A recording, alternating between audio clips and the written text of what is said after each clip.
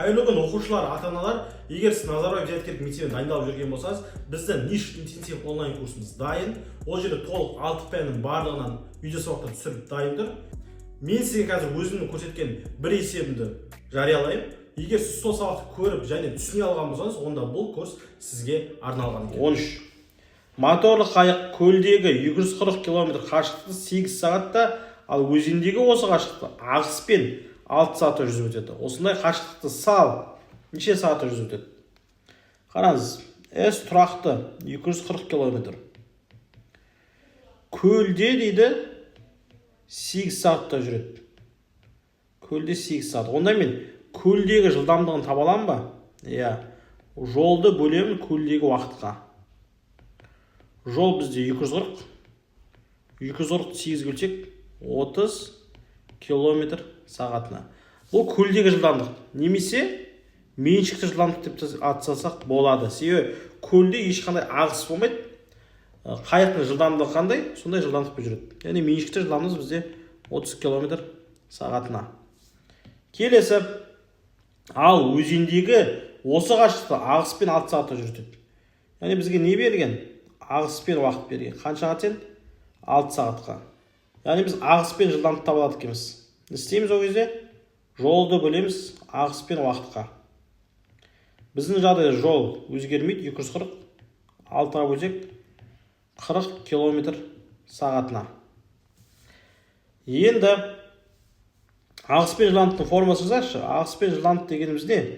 Ол меншікті жылдамдық қосылған ағыстың жылдамдығы. Ағыспен жылдамдық жаңа ғана таптық 40-қа тең, меншікті жылдамдық 30-ға тең, ағысты білмеймін. Осы жерден ағыс табу үшін 40-тан 30-ды шегеремін, 10 км сағатына шығады.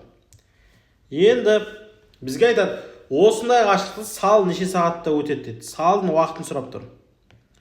Сал қанша уақытта жүреді?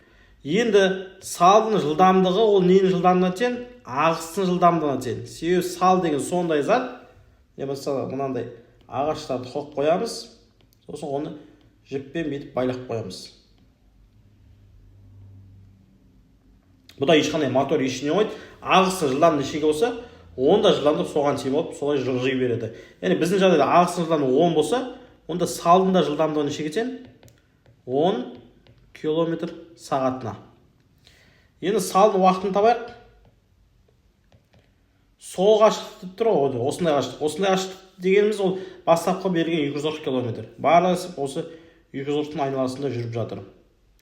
Жолды бөлеміз салдың жылдамдығына. Жолға 240-ты алам, салдың жылдамдығы 10-ды алам. 240-ты 10-ға бөлсек 24 сағат шығады екен. 24 сағат бізде А жауабында белгіленген. Егер сізге бұл видео ұнаған болса, лайк басып қойыңыз, достарыңызға жіберіңіз. Өзіңіздің білім деңгейіңізді анықтау мақсатында біз дайындаған 4 байқау тестін қайталап қарай аласыз. Сонымен қатар офлайн сабақ пен онлайн сабақтан сізге деген тиімділігі, сіз бұны өзіңізге ыңғайлы кез келген жерде бірнеше қайталап қарай бере аласыз. Дәл осы канал арқылы және тек математика, логика пәндерінен жылда балалар сабақтар сатып алып қарап, нишқа, КТЛ-ға, РФМШ-ға түсіп жатыр.